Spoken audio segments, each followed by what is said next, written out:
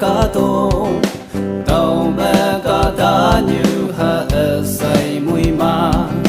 cả quăng ý giặc tuổi lan nê mình là chính nè am nê na mây ý cha lon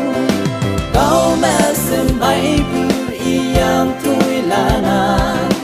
ý thế an tiếng là phù lan thế hậu đam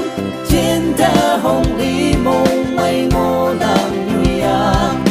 quang tăng ăn chế nghe chờ nhụy ngô đam kỳ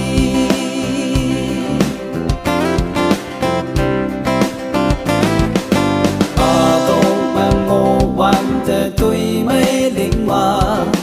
ngầu tình tuổi tình cao sư bù mẹ ngô mà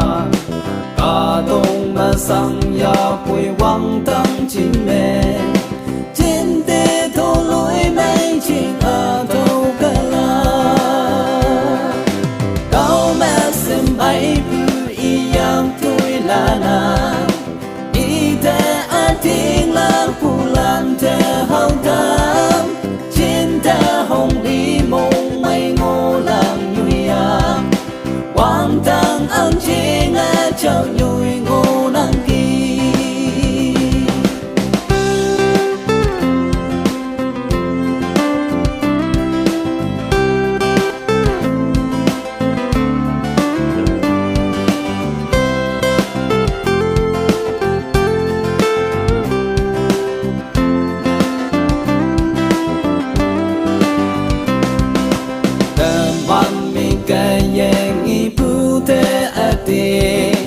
là bu cái giá hong xin nè mùi man ta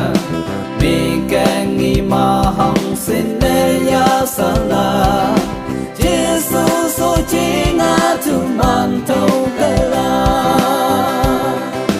cao mẹ xin bay bự y yang tuổi là na y thế an tiếng là phù lan thế hậu đam trên thế hồng lý mông mây ngô làm nhụy à quang tăng ăn chế nghe chào nhụy ngô đăng kỳ cao mẹ xem bay bự y yang tuổi là na y thế an tiếng là phù lan thế hậu đam trên thế hồng lý mông mây ngô làm nhụy à quang tăng ăn chế nghe chào nhụy ngô đăng kỳ